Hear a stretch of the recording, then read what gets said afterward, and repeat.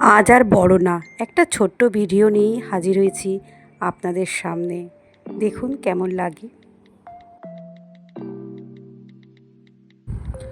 নমস্কার, আমার নতুন দিনের নতুন আরেকটি ভ্লগে সবাইকে স্বাগত জানাই। আজ বিশ্বকর্মা পুজো। সকাল সকাল গাড়ির পুজো হয়েছে।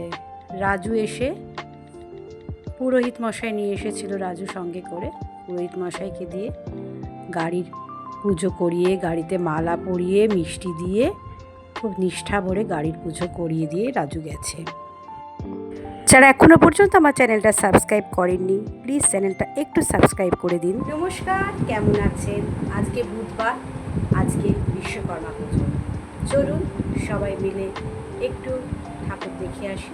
আমি বেরোচ্ছি, আপনারা থাকছেন তো আমার সঙ্গে, আশা করছি থাকবেন। চলুন দেখে আসি একটু বিশ্বকর্মা ঠাকুর।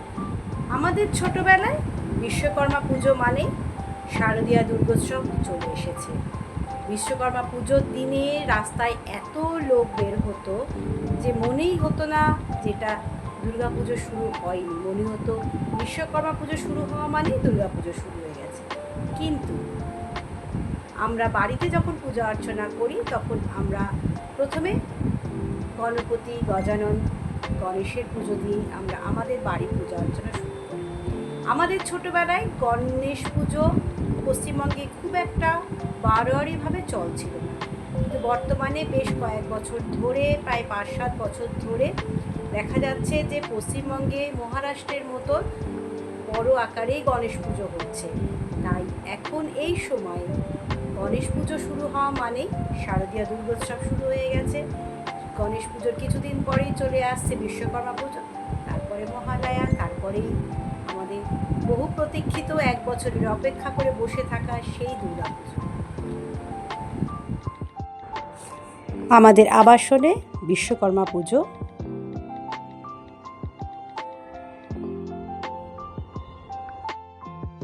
ভেবেছিলাম বেরিয়ে বেশ কিছু ঠাকুরের ছবি তুলে এনে আপনাদেরকে দেখাবো, কিন্তু হলো না, একটু কাজ এসে পড়লো, তাই আর বেশি দূর বেরোতে পারলাম না।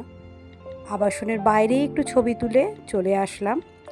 আমার আজকের ভিডিওটা আপনাদের কেমন লাগলো একটু আবার আসছি আগামী দিনে নতুন একটি ভিডিও নিয়ে। ততক্ষণ পর্যন্ত সকলে নিরাপদে থাকুন, সুস্থ থাকুন, আর আমার নতুন ভিডিওর অপেক্ষায় থাকুন। আজ তাহলে এখানেই শেষ করছি। টাটা।